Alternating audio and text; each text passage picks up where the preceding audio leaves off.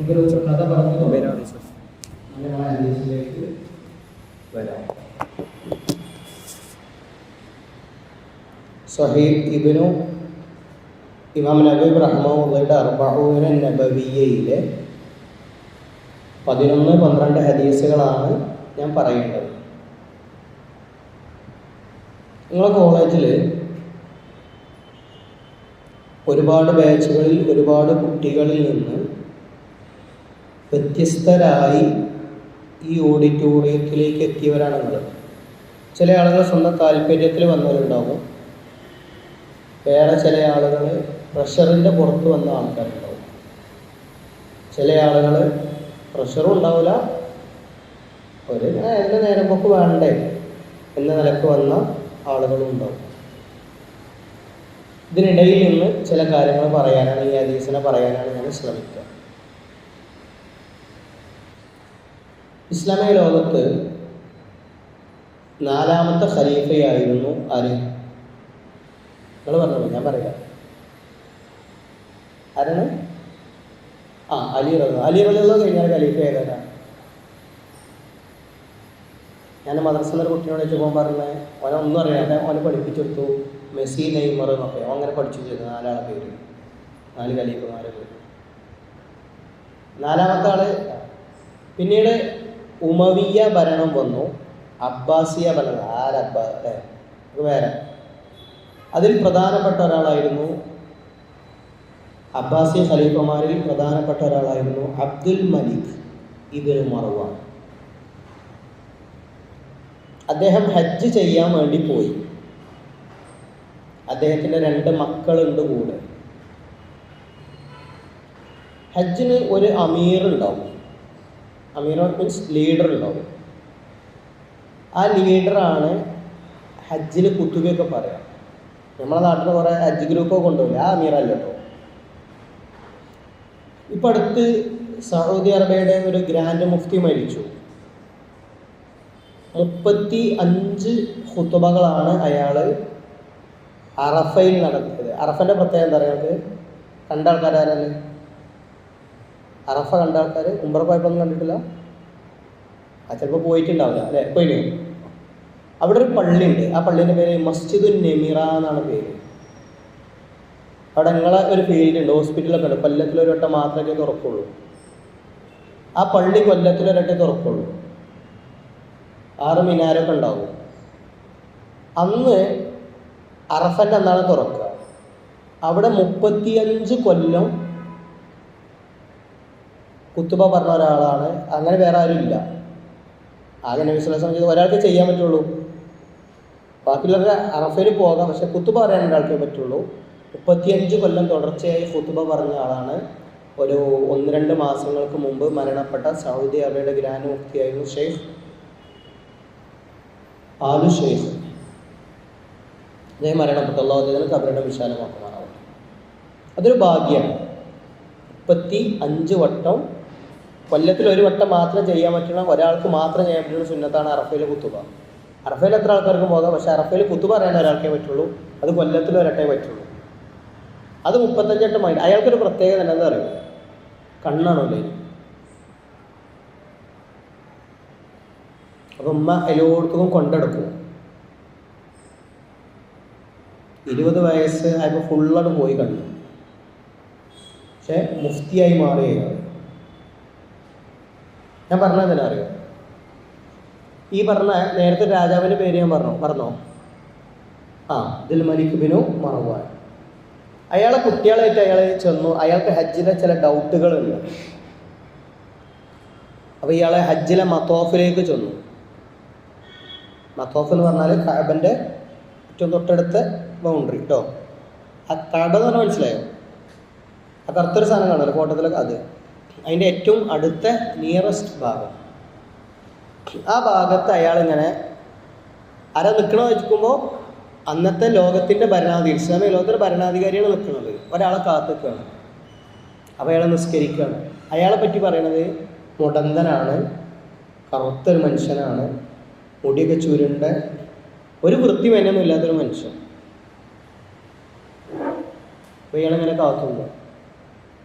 എന്നിട്ട് അയാൾ നിസ്കരിച്ചപ്പോൾ ഈ രാജാവ് ചെന്നിട്ട് അബ്ദുൽ മലിക് ബിൻ മർവാൻ ചെന്നിട്ട് സുലൈമാൻ ബിൻ അബ്ദുൽ മലിക് ബിൻ മർവാൻ ചെന്നിട്ട് ചില ഡൗട്ടുകൾ ചോദിച്ചു. ഡൗട്ട് ക്ലിയർ ചെയ്ത് പോയി. ഇങ്ങനെ പോകുമ്പോൾ തവാഫ് കഴിഞ്ഞാൽ പോകുന്ന സ്ഥലമാണ് സഈ. അവിടെ എത്തിയപ്പോൾ ഒരു അനൗൺസ്മെൻറ്റ് വന്നു, നിങ്ങൾക്ക് ഹജ്ജിൽ സംശയം ഉണ്ടെങ്കിൽ 2 ആൾക്കാരോട് ചോദിക്കാൻ പറ്റുള്ളൂ എന്ന് പറഞ്ഞു. രാജാവിനോട് മക്കൾ ചോദിച്ചു, എന്തിനാ നിങ്ങളാ ഒരു ചെറിയൊരു മനുഷ്യനെ, കറുത്ത മനുഷ്യനെ കാത്തുന്നത്?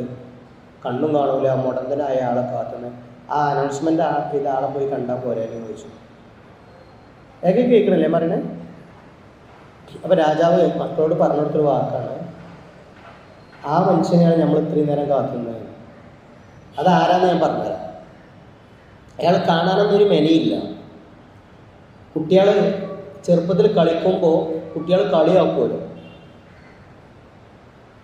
ഉമ്മൻ്റെ അടുത്ത് കരഞ്ഞു വരും. ഉപ്പല്ല, ഉമ്മക്ക് സങ്കടം നമ്മളൊക്കെ ആണെങ്കിൽ എന്താ പറയുക, ഇപ്പം അങ്ങോട്ട് വരട്ടെ, കാണിച്ചു കൊടുക്കാം, അവന് പറഞ്ഞു കൊടുക്കാന്നെങ്കിലും പറഞ്ഞ് പേടിപ്പിച്ച അതൊന്നുമില്ല. എൻ്റെ കുട്ടിയും ജ്യേഷ്ഠൻ്റെ കുട്ടി ഒരേ റേഞ്ചാണ്, കുറച്ച് ദിവസത്തെ മാറ്റുള്ളൂ. അപ്പോൾ 2 ആളും പേടിപ്പിക്കുകയെന്ന് വെച്ചാൽ ഒരാളെ കാട്ടും, അവരിപ്പം അങ്ങോട്ട് വരട്ടെ എന്ന് പറഞ്ഞു കൊടുക്കാം. ഈ കുട്ടിക്ക് അതും ലഭ്യമില്ല പറഞ്ഞു കൊടുക്കാം. അപ്പം ഉമ്മ എന്ത് തീരുമാനിച്ചറിയോ, വല്ലതൊരു പഠിപ്പിച്ചു കൊടുക്കാതെ തീരുമാനിച്ചു. ആ മകനെ പഠിച്ചു. പിന്നെ അയാൾ മുഫ്തിൽ മക്ക എന്നാണ് അറിയപ്പെട്ടത്. മക്കയിലെ മുഫ്തി എന്ന പേരിൽ അറിയപ്പെടുന്നോട്ടെത്തി. അയാളെടുത്താണ് ഈ സുലൈമാൻ ബിൻ അബ്ദുൽ മലിക് ചെന്നത്. അയാളുടെ പേരാണ് അതാ ഇബ്നു അബി റബാഹ്. അപ്പം അയാളെ ലോകത്തിൻ്റെ മുന്നിൽ വലിയ മനുഷ്യനാക്കിയത് അയാൾ നേടിയ അറിവാണ്. നിങ്ങളൊക്കെ അറിവ് നേടുന്നുണ്ട്, പക്ഷെ മതപരമായ ഒരു അറിവ് കൂടി നേടാനാണ് യഥാർത്ഥത്തിൽ ചെയ്യാറ്. അപ്പം നിങ്ങളിപ്പോൾ ചെയ്യണം, മറ്റേത് പണിയില്ലാന്നൊന്നും ഞാൻ പറയുന്നില്ല, പക്ഷെ ഇതൊരു തുല്യതയില്ലാത്ത പണിയാണ് നിങ്ങൾ ചെയ്യുന്നത്. ഒരു ത്യാഗവുമാണ്. അല്ലാഹു സ്വീകരിക്കുമാറാവട്ടെ. അപ്പം നിങ്ങൾക്കിടയിൽ ഏറ്റവും നല്ലവരാവാൻ പറ്റുന്ന ഒരവസരമാണ് യഥാർത്ഥത്തിൽ ഇത്. അങ്ങനെയാണെങ്കിൽ ഞാൻ ഒന്നുകൂടെ ക്ലിയർ ചെയ്ത് പറയാം. ഒരുപാട് കുട്ടികൾ MBBSന് ആഗ്രഹിച്ചു, എല്ലാവർക്കും കിട്ടിയില്ല. കിട്ടിയവരിൽ കുറേ ആൾക്കാർക്ക് ഗവൺമെൻറ്റിൽ കിട്ടിയില്ല. കിട്ടിയില്ല തന്നെ ചില ആൾക്കാർക്ക് സൗകര്യത്തിനനുസരിച്ച് കിട്ടിയില്ല. നിങ്ങൾക്കാണെങ്കിൽ കിട്ടിയ ഇവിടെയാണ്. നിങ്ങൾക്കാണെങ്കിൽ ഇവിടുത്തെ പോരായ്മകൾ തീർത്താൽ തീരൂല. അത് എല്ലായിടത്തും അങ്ങനെ ഉണ്ടാകും, എല്ലാവർക്കും അങ്ങനെ തന്നെ ആയിരിക്കും, അക്കരെ പച്ചയായിരിക്കും ഉണ്ടാവുക. ഇവിടെ തന്നെ കുറേ കുട്ടികളുണ്ട്. അതിലെന്ത് ചെയ്യാൻ പറ്റി, നിങ്ങൾക്ക് ഇവിടെ വന്നിരിക്കാൻ പറ്റി. ആ വന്നിരിക്കാൻ പറ്റി ചിലതൊക്കെ പഠിക്കുമ്പോൾ ഇന്ന് അർബഊന നബവിയിലെ 2 ഹദീസുകൾ ഞാൻ പറയാം. ഹദീസ് ഇങ്ങനെയാണ്: നബി സല്ലല്ലാഹു അലൈഹി വസല്ലമയുടെ പേരമകനായ ഹസനോട് ആളുകൾ ചോദിച്ചു, നിങ്ങൾ നബിയിൽ നിന്ന് എന്താണ് മനഃപ്പാഠമാക്കിയത്? കാരണം എന്താ പറയുക അങ്ങനെ ചോദിക്കാൻ കാരണം, നബി മരിക്കുമ്പോൾ ഹസൻ ചെറിയ കുട്ടിയാണ്. ഞാൻ സ്പീഡ് പറയുന്നത് വേണ്ടല്ലോ, നമുക്ക് മനസ്സിലാവണമെന്നല്ല അങ്ങനെ പറയാം കേട്ടോ. സബത്ത് എന്ന് പറഞ്ഞാൽ പെൺമക്കളിൽ ഉണ്ടാകുന്ന പേരക്കുട്ടികൾക്ക് സബത്ത് എന്ന് പറയാം. ആൺകുട്ടികളിൽ ഉണ്ടാകുന്ന പേരക്കുട്ടികൾ അഹ്ഫാദ് എന്നാണ് പറയാം. അഹ്ഫാദ് എന്നാണ് ആൺകുട്ടികളിൽ ഉണ്ടാകുന്ന പേരക്കുട്ടികൾക്ക് പറയാം. പെൺകുട്ടികളിൽ ഉണ്ടാകുന്ന പേരക്കുട്ടികൾക്ക് പറയാം സബത്ത് എന്നാണ്. നബി സ്വല്ലല്ലാഹു അലൈഹി വസല്ലം എത്ര മക്കളുണ്ട്? എത്ര ഉണ്ട്?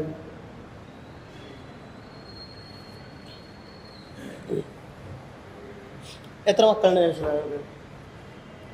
വേണ്ടല്ലേ എനിക്കാണെങ്കിൽ ഇത് ഇങ്ങനെ നിൽക്കണ ഭയങ്കര ബുദ്ധിമുട്ടാണ്. അപ്പോൾ പ്രസംഗമായി പോകണം. എത്ര കുട്ടികളുണ്ട്? എനിക്കില്ല കുട്ടികളല്ലേ ചോദിച്ചത്?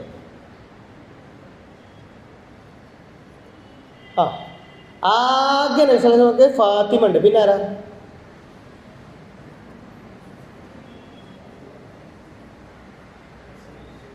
ഹസനും ഹുസൈനും ഉണ്ട്. പിന്നെ ഇപ്പം 3 എണ്ണമായി. പറഞ്ഞോളേ. പക്ഷെ എൻ്റെ ചോദ്യമാണ് തെറ്റ്, മൂപ്പർ ഉത്തരം തെറ്റല്ല. ഞാൻ ചോദിക്കേണ്ടതിന് എന്തായിരുന്നു? നബി സ്വല്ലല്ലാഹു അലൈഹി വസല്ലമയുടെ പേരക്കുട്ടികളെ പേര് പറയാനായിരുന്നു. അപ്പോൾ ഉത്തരം ശരിയാവും.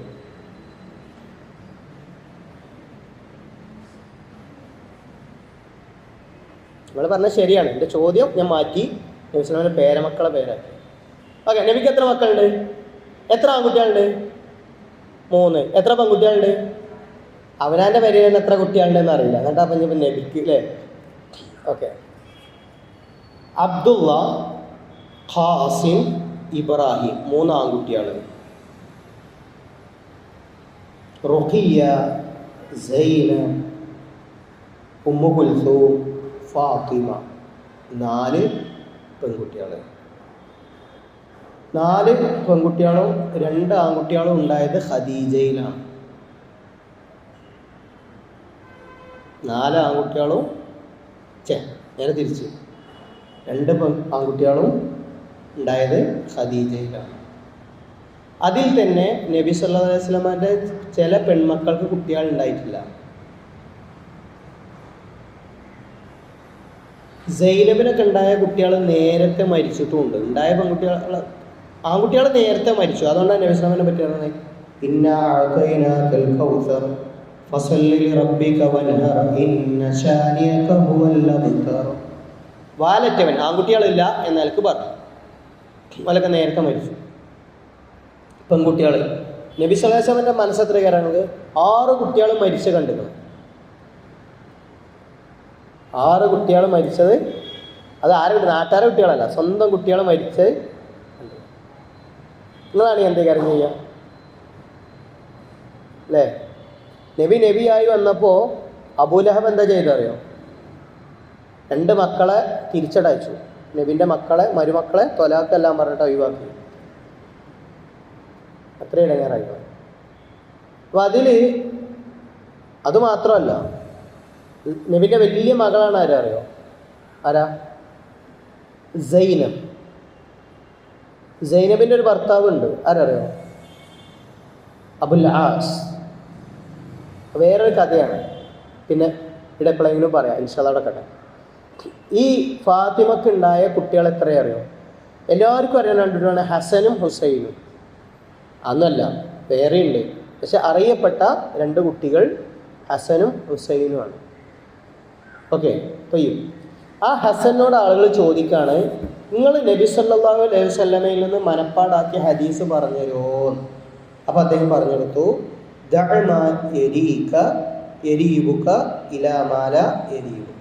നിനക്ക് സംശയമുണ്ടാക്കുന്നതിനെ വിട്ട് സംശയമില്ലാത്തതിനെ സ്വീകരിക്കുക. ഡൗട്ടുള്ളതിനെ വിട്ട് ഡൗട്ടില്ലാത്തതിനെ സ്വീകരിക്കുക എന്ന് നബി സല്ലല്ലാഹു അലൈഹി വസല്ലമയിൽ നിന്ന് ഞാൻ മനസ്സിലാക്കിയിരിക്കുന്നു എന്ന് പറഞ്ഞു.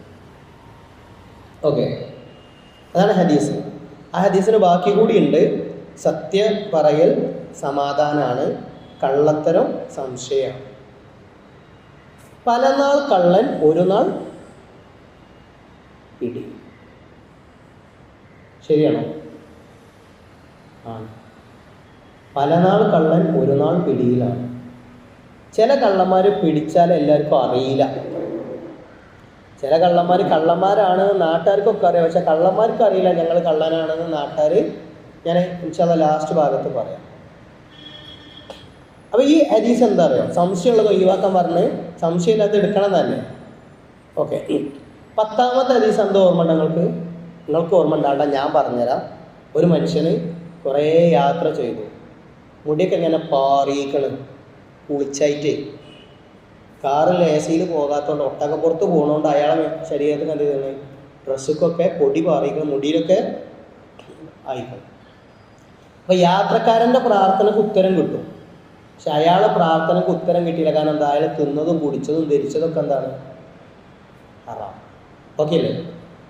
അതുകൊണ്ട് അടുത്ത ഹദീസ് എന്താ പറഞ്ഞാൽ ഇമാം നബവി റഹ്മത്തുള്ളാഹി, നിങ്ങളെ പ്രാർത്ഥനയ്ക്ക് ഉത്തരം കിട്ടണമെങ്കിൽ നിങ്ങൾ സംശയമുള്ളതൊക്കെ ഒഴിവാക്കുക. നിങ്ങളെ റൂമിലേ അങ്ങനെ ചെന്നപ്പോൾ ഒരു 5ൻ്റെ കോയിൻസ്, ഒരു 5 രൂപ 5ൻ്റെ ഗാന്ധിതല അങ്ങനെ കണ്ടു. അപ്പോൾ നിങ്ങൾ അതിൻ്റെ തന്നെയാവും എൻ്റെ നാൾ ചാടിയത് എന്ന് പറയല്ല. പകരം എന്താ ചെയ്യേണ്ടേ? ആർക്കാരും വേണ്ടില്ല, അവിടെ അങ്ങനെ കിടക്കട്ടെ. അവസാനം ശരിക്കും നിങ്ങളെ റൂമിൽ ഒരു സ്ഥലത്ത് ഇഷ്ടംപോലെ പൈസ ഉണ്ടാവണം. കാരണം എന്താ? ആരും സംശയമുള്ളത് എടുക്കൂല. പിന്നെ വിശ്വാസം എല്ലാവർക്കും ഉണ്ടെങ്കിൽ ആരും സംശയം ഉണ്ടാവില്ല. ഞങ്ങളെ ഹോസ്റ്റലിൽ പഠിച്ചെന്ന് വാണ്ടികൾക്ക് വാണ്ടി എടുക്കായിരുന്നു. എൻ്റെ പേഴ്സ് ഞാനവിടെ വെക്കും, വാണ്ടികൾക്ക് എടുക്കാം. എൻ്റെ ATMൻ്റെ നമ്പർ എല്ലാവർക്കും അറിയാം. എൻ്റെ തല്ലെങ്കിൽ പൈസ ക്ലാസ്സിൽ എല്ലാവരും തന്നെ, അതുകൊണ്ട് എല്ലാവർക്കും കൊടുക്കാം. എല്ലാവർക്കും ആർക്കും ആരെയും സംശയം ഉണ്ടാവില്ല. നിങ്ങൾക്ക് അങ്ങനെ ഇട്ട് പോകാൻ ധൈര്യമുണ്ടോ? ചാവിയും പിന്നെ ആ ചാവിക്കിട്ടിട്ട് വേറൊരു ചാവിയും കൊണ്ട് നടക്കേണ്ടി വരും. പിന്നെ ആ ചാവി പോകാൻ ഒരു കീ ചെയിനും കൂടി ഉണ്ടാവും. വിശ്വാസമില്ല, അങ്ങനെ ആവണമെന്നല്ല. പക്ഷേ അപ്പോൾ നമ്മുടെ ജീവിതത്തിൽ സംശയമുള്ളത് ഒഴിവാക്കുക. അതായത് നമ്മളെ ദീനിന് തടസ്സമാകുന്ന എന്ത് കാര്യമുണ്ടെങ്കിലും ഒഴിവാക്കണം എന്നാണ് ഈ ഹദീസ് പറയുന്നത്. ഞങ്ങൾക്ക് 1-2 ഉദാഹരണങ്ങൾ പറഞ്ഞുതരാം. ഇസ്ലാമിലൊരു അടിസ്ഥാനമുണ്ട്. ആ അടിസ്ഥാനം അതാണ്. നബി സ്വല്ലല്ലാഹു അലൈഹി വസല്ലം പറഞ്ഞു, ഇന്നക ലൻ തദഅ ശൈഅൻ ലില്ലാഹി അസ്സ വജൽ ഇല്ലാ ബദ്ദലകല്ലാഹു ബിഹി മാ ഹുവ ഖൈറുൻ ലക മിൻഹു. അള്ളാഹുവിന് വേണ്ടി നീ ഒരു കാര്യം ഒഴിവാക്കിയാൽ അതിനേക്കാൾ നല്ലത് നിനക്ക് അള്ളാഹു തരും. ഒന്നുകൂടെ ഞാൻ പറയാം. അള്ളാഹുവിന് വേണ്ടി നീ ഒരു കാര്യം ഒഴിവാക്കിയാൽ അള്ളാഹു അതിനേക്കാൾ നല്ലത് നിനക്ക് തരും. ഒന്നുകൂടെ ഞാൻ പറയാം. നീ അള്ളാഹുവിന് വേണ്ടി ഒരു കാര്യം ഉപേക്ഷിച്ചാൽ അതിനേക്കാൾ നല്ലത് നിനക്ക് അള്ളാഹു തരും. ഒരു ഹദീസാണത്. ഞങ്ങൾ ചില ഉദാഹരണങ്ങളിലൂടെ അത് സമർപ്പിച്ചതാണ്. സംശയമുള്ളത് ഒഴിവാക്കുക, ആവശ്യമില്ലാത്ത ഒഴിവാക്കുക എന്നാണ് നമ്മൾ പറയുന്നത്. സുലൈമാൻ നബി അലൈഹി ഇസ്ലാമിൻ്റെ കാലത്ത് ഒരു അത്ഭുതം കണ്ടു അദ്ദേഹം. ഖുർആനിലെ ആയത്താണ്. ഞാൻ ആയത്തൊന്നും ഞാൻ പറയണില്ല, ഞാൻ 5:45 നിർത്തും. അതുകൊണ്ടാണ്. സുലൈമാൻ നബി അലൈഹി ഇസ്ലാമിൻ്റെ കാലത്തുണ്ടായിരുന്ന ഖുർആനിലെ സമരം 3 കാലിൽ നിൽക്കുന്ന ഒരു കുതിര നിങ്ങൾ എപ്പോഴെങ്കിലും കണ്ടുകണോ? മൈസൂർ മൃഗശാലയിൽ പോയാൽ കാണൂല. 3 കാലിൽ നിൽക്കണ ഒരു കൊക്ക എപ്പോഴാണ് ഒറ്റ കാലിൽ നിൽക്കുക? ഉത്തരാണ്, മറ്റേ കാലം ഉയർത്തും വന്ന്. അതല്ലേ ശരി. 3 കാലിൽ നിൽക്കണ കുതിര നിങ്ങൾ എപ്പോഴെങ്കിലും കണ്ടുകണോ? കാണൂല. സുലൈമാൻ നബി ഇങ്ങനെ കണ്ടു. അപ്പോൾ ഒരു അത്ഭുതമാണ്. പൊതുവെ അങ്ങനെ ഉണ്ടാവില്ല. അപ്പോൾ സുലൈമാൻ നബി കുറേ നേരം ഇങ്ങനെ നോക്കുന്നു. അങ്ങനെ അസർ മിസ്സായി. പെട്ടെന്ന് പടച്ചോനെ അസർ ആയല്ലോ അവരുടെ സുലൈമാൻ നബി ഇങ്ങനെ നോക്കി. ആരാ അസർ തെറ്റിച്ചതാരാ? പ്രത്യേക തരം ഈ കുതിര. ഇപ്പം നിങ്ങളിങ്ങനെ ആലോചിക്കും, ഇനിയിപ്പോൾ പറയാൻ പോകണമെന്നേക്കാരല്ലോ, നമ്മളെ ഫോണൊക്കെ എറിഞ്ഞ് പൊട്ടിച്ചിടന്നൊക്കെ കാര്യം പറയാൻ പോകണമെന്നാണ് നിങ്ങൾ ചിന്തിക്കുക. ഞാനങ്ങനെ പറഞ്ഞിട്ടൊന്നുമില്ല. സുലൈമാൻ നബി ഇങ്ങനെ നോക്കി. അപ്പം അദ്ദേഹം എന്ത് ചെയ്തു? ആ കുതിരനായിട്ട് ഒഴിവാക്കി, അല്ലെങ്കിൽ ബലി കൊടുത്തു, അല്ലെങ്കിൽ ദാനം കൊടുത്തു, ഒഴിവാക്കി.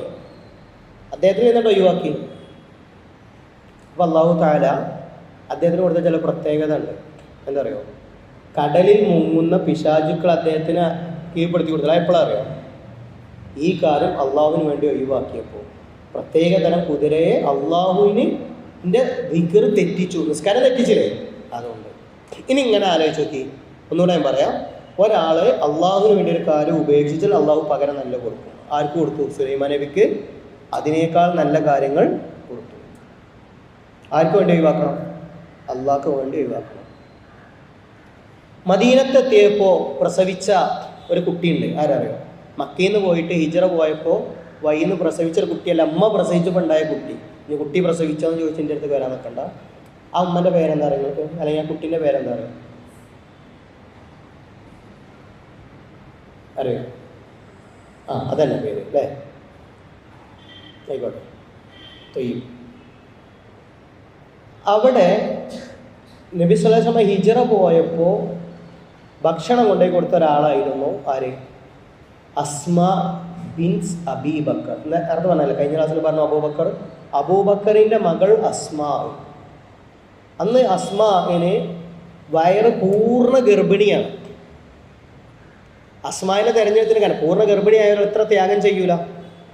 പക്ഷെ അസ്മാ ഭക്ഷണമൊക്കെ നോക്കിയപ്പോൾ കെട്ടി, അന്ന് കവറൊന്നുമില്ല, ബാഗൊന്നുമില്ല.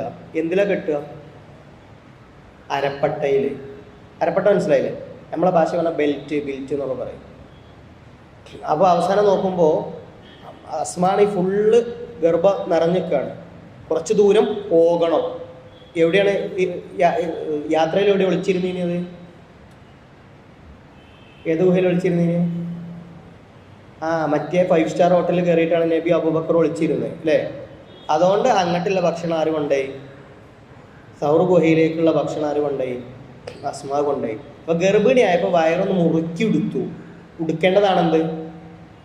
ഈ പട്ട. അത് ഊരിയിട്ടാണ് എന്ത് ചെയ്യുന്നത്? ഭക്ഷണം ഒരു ഭാഗം കൊണ്ട് കെട്ടിയിട്ട് ഒരു ഭക്ഷണം കയ്യിൽ കൊണ്ടുവരണം. അതുകൊണ്ട് അസ്മാഹിനൊരു പേരുണ്ട് ചരിത്രത്തിൽ. എന്താ പറയുക? അസ്മാനൊരു പേരുണ്ട്. അസ്മാനെ അല്ല അപ്പം എന്താ അല്ലേ ലാത്തുന്നിത്താഖീൻ എന്നാണ് അറിയാം. തൻ്റെ അരയിലെ പട്ട രണ്ടായി കീറിയവൾ എന്നാണ് അറിയാം. അന്ന് അസ്മാഹിനൊരു കുട്ടി ഉണ്ടായി മദീനത്തെത്തിയപ്പോൾ. ആ കുട്ടിക്ക് അവർ സുബൈർ എന്ന് പേരിട്ടു. പിന്നെ ഹജ്ജാജ് ബിൻ യൂസുഫിൻ്റെ കാലം വന്നു. അസ്മാവിന് കണ്ണൊക്കെ കാണാത്ത അത്രയും വയസ്സായി. അന്ന് അസ്മാ പറഞ്ഞൊരു വാക്കുണ്ട്, മകന് വന്നപ്പോൾ പടച്ചട്ട ഇട്ടിട്ടുണ്ട്. മോനോട് പറഞ്ഞത് ധീരന്മാർ ഒരട്ടെ മരിക്കുള്ളൂ, പേടിയില്ലോലാണ് പടച്ചട്ടിടുക. അത്രയും ധൈര്യമുള്ള ആളാണ് അസ്മാ. ഓക്കെ, അസ്മാഹിന് അള്ളാഹ് എന്ത് ചെയ്തു? പകരം ഉന്നത പദവി ഇസ്ലാമിക ലോകത്ത് അസ്മാഹിന് കൊടുത്തു. ഇനി നോക്കി, യൂസുഫ് നബി അലൈഹിസ്സലാം തെറ്റിക്ക് പോണ്ടാന്ന് വിചാരിച്ചിട്ട് എന്ത് സ്വീകരിച്ചു? ജയില് സ്വീകരിച്ചു.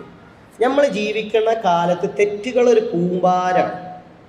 ഇന്നലെ രാത്രി എനിക്കറിയണ ഒരാൾ, ഞാൻ ടെലഗ്രാം ഒരു കാര്യത്തിനു വേണ്ടി മാത്രം ഉപയോഗിക്കുന്ന ആളാണ്. എന്തിനറിയോ? ചില കിതാബുകൾ വായിക്കാൻ വേണ്ടി മാത്രം ടെലഗ്രാം ഉപയോഗിക്കുന്ന ആളാണ്. അപ്പം ഇന്നലെ ഞാൻ അറിയുന്ന ഒരാളെ മെസ്സേജ് വന്നു. അയാളെ മെസ്സേജിൻ്റെ ചുരുക്കതാണ്, ഇതിൽ പോയി ക്ലിക്ക് ചെയ്താൽ 18 വയസ്സ് നിനക്കായിട്ടുണ്ടെങ്കിൽ പാവങ്ങളായ ചില ആളുകളെ നിനക്ക് കാണാമെന്നാണ് അയാളെ അയച്ച ലിങ്കിൻ്റെ ചുരുക്കം. തിരിയുണ്ടല്ലോ അല്ലേ? തുണിയും കുപ്പായം ഇടാത്ത ചില ആണുങ്ങളെയും പെണ്ണുങ്ങളെയും കാണാം. ഞാൻ ഡിലീറ്റ് ആക്കി. രാവിലെ ഞാൻ സുബഹിക്കിൻ്റെ ഫോൺ തുറന്നപ്പോഴും വന്നു അടുത്ത മെസ്സേജ്. ഇന്നിപ്പോൾ അസറിനും വന്നു. ഞാൻ അയാളെ കണ്ട് സംസാരിക്കാൻ നിൽക്കുകയാണ്. നമ്മൾ ജീവിക്കുന്ന നാടെന്ന് പറഞ്ഞാൽ സകല തോന്നിയാസത്തിനും ചാൻസ് ഉള്ളതാണ്. ഈ സാധനം മതി. ഇരുതല മൂർത്തല സാധനമാണ്, കത്തിയാണിത്. ഈ സാധനം വെച്ചിട്ടാണ് അയാൾ ചെയ്യുന്നത്. അപ്പം യൂസുഫ് നബിക്ക് സകല തെറ്റും ചെയ്യാൻ സാധ്യത ഉണ്ട്. ഒന്ന്, വിളിക്കണത് ആരാ? ആ പെണ്ണാണ് വിളിക്കണത്. ആണ് കയറി പിടിച്ചേക്കല്ല, പെണ്ണ് വിളിച്ചേക്കാണ്. പിന്നെ വാതിലൊക്കെ അടച്ചാണ്, ഫുൾ ക്ലിയർ ആണ്. ബാബ് എന്നാണ് അറബിൽ വാതിൽ വരാം. അബുവാബ്, വാതിലുകൾ അടച്ചുകൊണ്ടെന്നാണ് പറഞ്ഞത്. ഫുൾ സെറ്റാണ്, ഒരു പ്രശ്നവുമില്ല. പക്ഷെ യൂസുഫ് നബി ചെയ്തില്ല. പകരം എന്ത് തിരഞ്ഞെടുത്തു? ജയില് തിരഞ്ഞെടുത്തു. ജയില് തിരഞ്ഞെടുത്തപ്പോൾ പിന്നെ യൂസുഫ് നബി ആരായത്? മന്ത്രിയാണ് ആയത്, അല്ലേ? അപ്പോൾ ഒന്നുകൂടെ ഞാൻ പറയാം, സംശയമുള്ള കാര്യങ്ങൾ ഒഴിവാക്കിയാൽ, അതും അള്ളാഹുവിന് വേണ്ടി ഒഴിവാക്കിയാൽ അള്ളാഹു നിങ്ങൾക്ക് അതിനേക്കാൾ നല്ലത് തരും. നിങ്ങളെ പഠനകാലത്ത് നിങ്ങളെ മനസ്സിൽ നിങ്ങൾ കുത്തി വെക്കേണ്ട ഒരു വാക്കാണത്. സംശയമുള്ള കാര്യങ്ങൾ ഒഴിവാക്കുക. ഒന്നുകൂടി ഞാൻ വ്യക്തമാക്കി പറയട്ടെ നിങ്ങളോട്. നിങ്ങൾക്കൊരു ചോദ്യത്തിൻ്റെ ആൻസർ കിട്ടിയില്ല, അപ്പം ഇങ്ങനെ കാട്ടിയില്ല,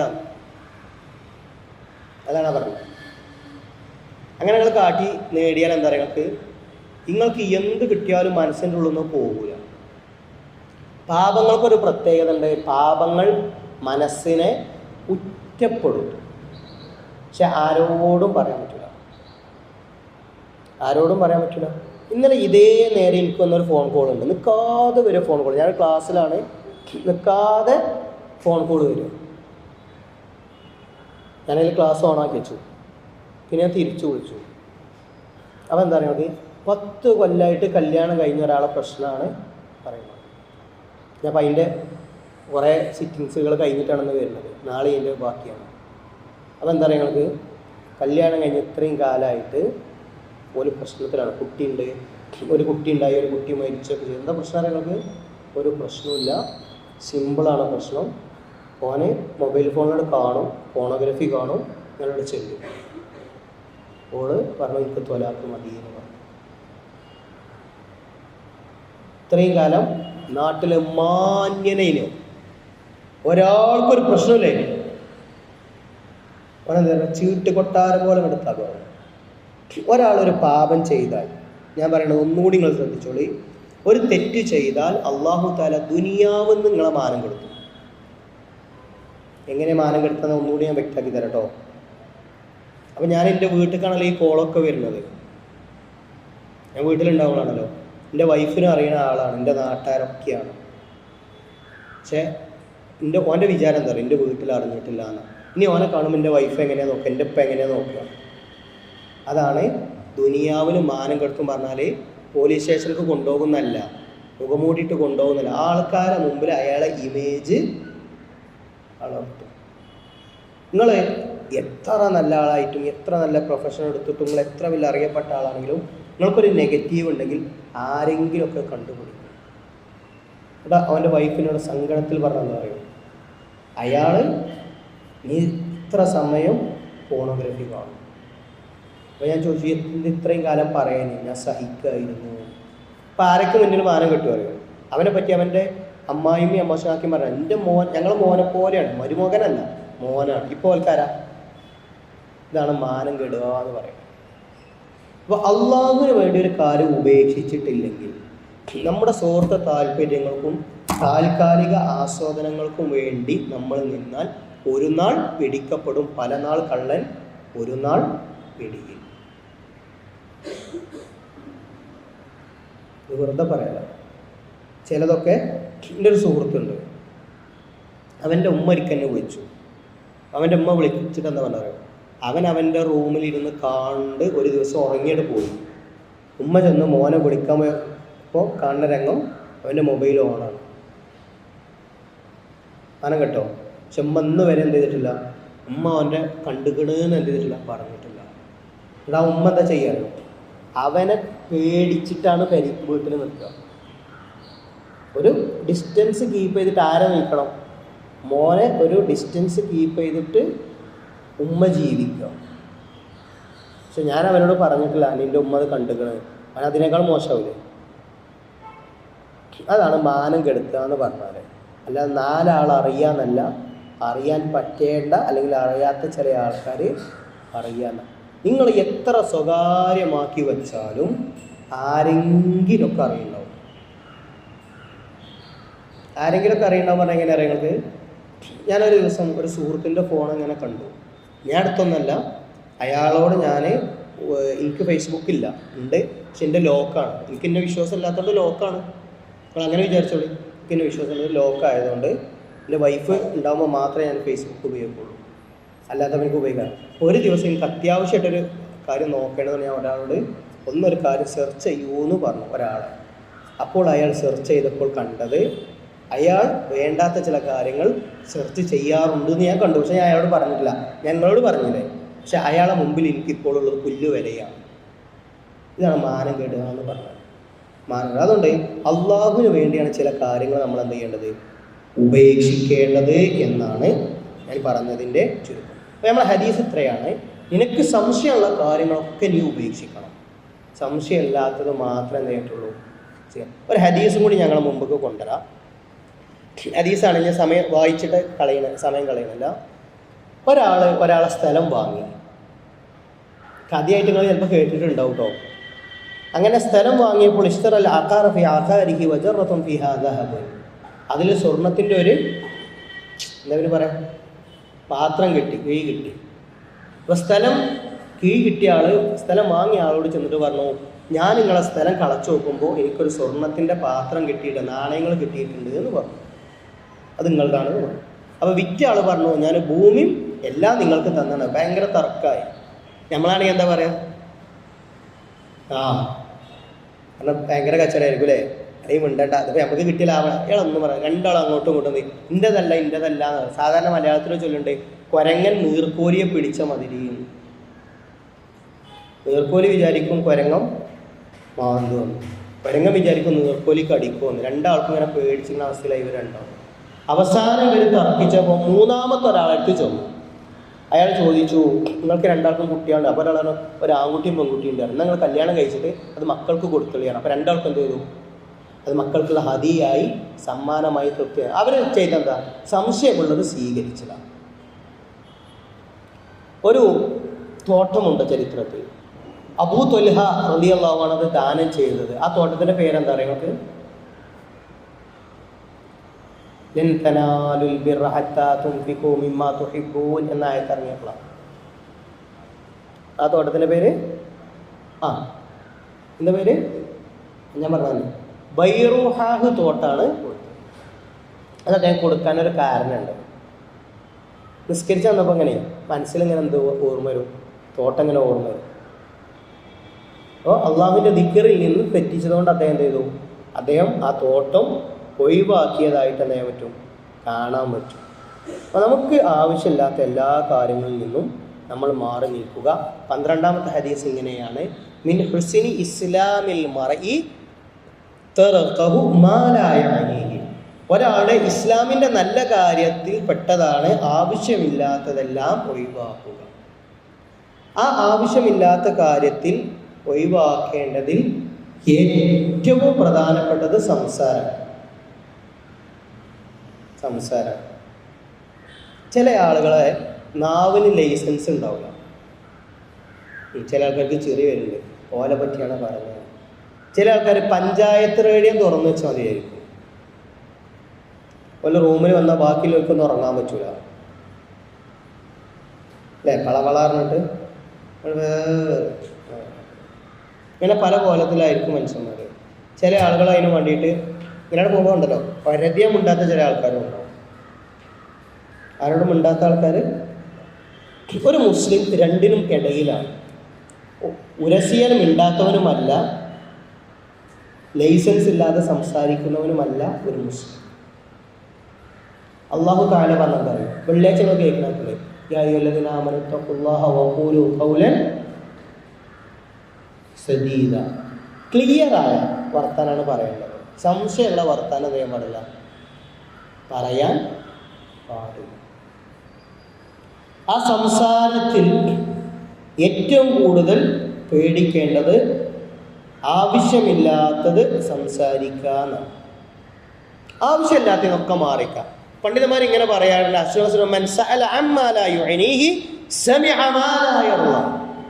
ഒരാൾ ഇഷ്ടമല്ലാത്ത ആവശ്യമില്ലാത്ത കാര്യത്തിൽ പോയി തലയിട്ടാൽ ആവശ്യമില്ലാത്ത കേൾക്കേണ്ടി വരും.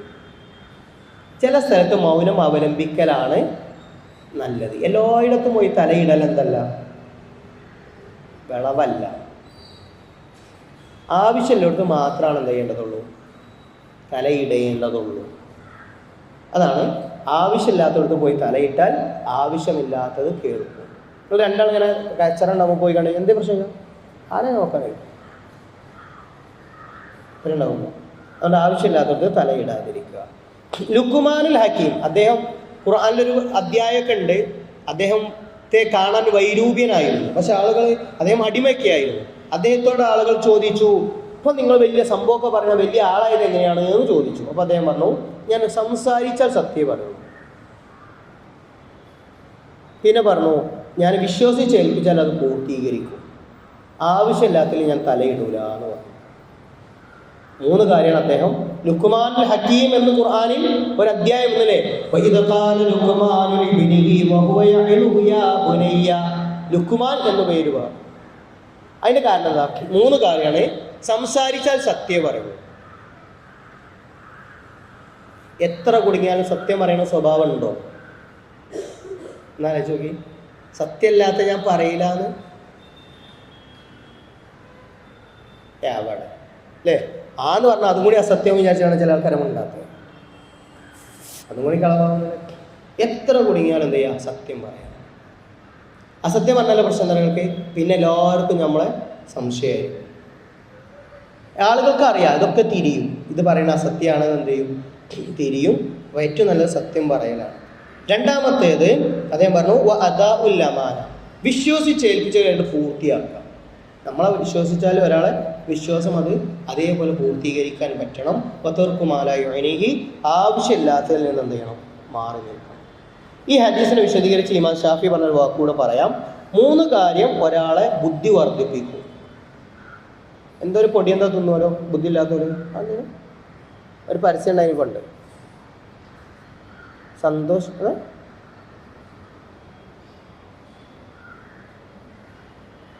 അങ്ങനെ എന്തൊരു സാധനമല്ലേ ബുദ്ധി ഉണ്ടാവാൻ. ഇമാം ഷാഫിൻ്റെ അടുത്ത് ആ കാലത്ത് ആ സാധനമില്ല. ഇമാം ഷാഫിൻ്റെ കാലത്ത് വാക്ക് എനിക്കറിയില്ല, സന്തോഷിൻ്റെ വാക്ക് എനിക്കറിയില്ല. ഇപ്പോൾ സന്തോഷമൊക്കെ പറയാൻ തന്നെ പോയില്ല, ആകെ കേസില്ല ആ പേരാണ്. അദ്ദേഹം പറഞ്ഞു 3 കാര്യം ഉണ്ടെങ്കിൽ ഒരാളെ ബുദ്ധി വർദ്ധിക്കുന്നതാണ്. 1 മജാലിസത്തുൽ ഉലമ, പണ്ഡിതന്മാരുടെ കൂടെയുള്ള ഇരുത്തം. 2 മജാലിസത്തു സ്വാലിഹീൻ, നല്ല ആളുകളുടെ കൂടെയുള്ള ഇരുത്തം. 3 വതർക്കുൽ കലാമി ഫീമാ ലാ യഅനി, ആവശ്യമില്ലാത്ത കാര്യങ്ങളിൽ നിന്ന് മാറി നിൽക്കുക. എല്ലാത്തിനും പോയി തലയിടേണ്ടവനല്ല മുസ്ലിം. ആവശ്യമുള്ളതിന് മാത്രം തലയിടേണ്ടവനാണ് മുസ്ലിം. ആവശ്യമില്ലാത്ത കാര്യം എന്ന് പറഞ്ഞാൽ അള്ളാഹു തആല ഹറാമാക്കിയതിൽ നിന്ന് മാറി നിൽക്കലാണ്. സംശയമുള്ളതിൽ നിന്നും മാറി നിൽക്കലാണ്. തൊട്ടുമുമ്പുള്ള ഹദീസ് നമ്മൾ പഠിച്ചു. ഒരു അതിരിൽ ആടിനെ തീറ്റുന്ന ആളെ പോലെയാണ്. അയാളെ പ്രത്യേകത എന്താ? ആട് ഏത് സമയം അവിടുന്ന് ഇവിടുന്ന് കടിക്കാം. സംശയമുള്ള കാര്യങ്ങൾ എന്തെങ്കിലാണ് എപ്പോഴും നല്ലത് ഉപേക്ഷിക്കലാണ്. അങ്ങനെ ഉപേക്ഷിച്ചാൽ ജീവിതത്തിൽ ഖൈറ് സംഭവിക്കൂ എന്നെന്ത് ചെയ്യാം, നമുക്ക് തീരുമാനിക്കാം. ഈ ഒരു ഹദീസുകൾ, 2 ഹദീസുകൾ നമ്മളോട് പറഞ്ഞത് അള്ളാഹുവിൻ്റെ മാർഗത്തിൽ അള്ളാഹുവിൻ്റെ ദീനിനു വേണ്ടി നമ്മൾ ജീവിക്കുമ്പോൾ നന്മകൾ ചെയ്ത് സംശയമുള്ളത് ഒഴിവാക്കിയാൽ അള്ളാഹുവിൽ നിന്നുള്ള സഹായം ലഭിക്കും. നേരെ തിരിച്ച് അള്ളാഹുവിൻ്റെ സഹായം ലഭിക്കാത്ത ഇതൊക്കെ വരും. ഞാൻ ജീവിക്കണ കാലം തിന്മകൾ നിറഞ്ഞൊരു കാലമാണ്. ഈ കാലത്ത് ജീവിക്കാതിരിക്കാനൊന്നും മാർഗമല്ല. പക്ഷെ തിന്മകളുടെ കൂടെ ജീവിക്കുക എന്നത് വിളവല്ല. തിന്മക്കെതിരെ ഒഴുകലാണ്, പ്രതികരിക്കലും പ്രതിരോധിക്കലുമാണ് ബുദ്ധി എന്ന് തിരിച്ചറിയാൻ കൂടി നിങ്ങൾക്ക് സാധിക്കേണ്ടതുണ്ട്. ഇതിൻ്റെ വാഹകരാകാനും നന്മയുടെ കൂടെ സഹകരിക്കാനുമൊക്കെ നിങ്ങൾക്കും എനിക്കുമൊക്കെ സാധിച്ചാൽ ഇത് പരലോകത്ത് വലിയ പ്രതിഫലാർഹമായ കാര്യമാകും എന്ന് തിരിച്ചറിയുക. അള്ളാഹു നമ്മെ എല്ലാവരെയും അനുഗ്രഹിക്കുമാറാകട്ടെ. നമ്മുടെയൊക്കെ ജോലിക്കും പഠനത്തിനുമൊക്കെ ഇടയിലുള്ള ഒരു സമയം, തിരക്ക് പിടിച്ച ഷെഡ്യൂളുകൾക്കിടയിൽ ഒരല്പസമയം ദീൻ പഠിക്കാൻ മാറ്റിവെച്ചത് പ്രതിഫലാർഹമായ കാര്യമാണ്. അള്ളാഹു അർഹമായ പ്രതിഫലം നമുക്കെല്ലാവർക്കും നൽകി അനുഗ്രഹിക്കുമാറാകട്ടെ. ഈ ഒരു ഇരുത്തവും കൂടിച്ചേരലുകളുമൊക്കെ അള്ളാഹു നന്മയായി സ്വീകരിക്കുമാറാകട്ടെ. അല്ലാഹുമ്മ റബ്ബനാ ആതിനാ ഫിദ്ദുനിയ ഹസന വഫിൽ ആഖിറതി ഹസനതൻ വഖിനാ അദാബന്നാർ. വൽഹംദുലില്ലാഹി റബ്ബിൽ ആലമീൻ. വസല്ലല്ലാഹു അലൈഹി നബിയ്യി വഅലാ ആലിഹി വസഹ്ബിഹി വസല്ലം. സുബ്ഹാനകല്ലാഹുമ്മ വബിഹംദിക അശ്ഹദു അൻ ലാ ഇലാഹ ഇല്ലാ അൻത അസ്തഗ്ഫിറുക വഅത്തുബു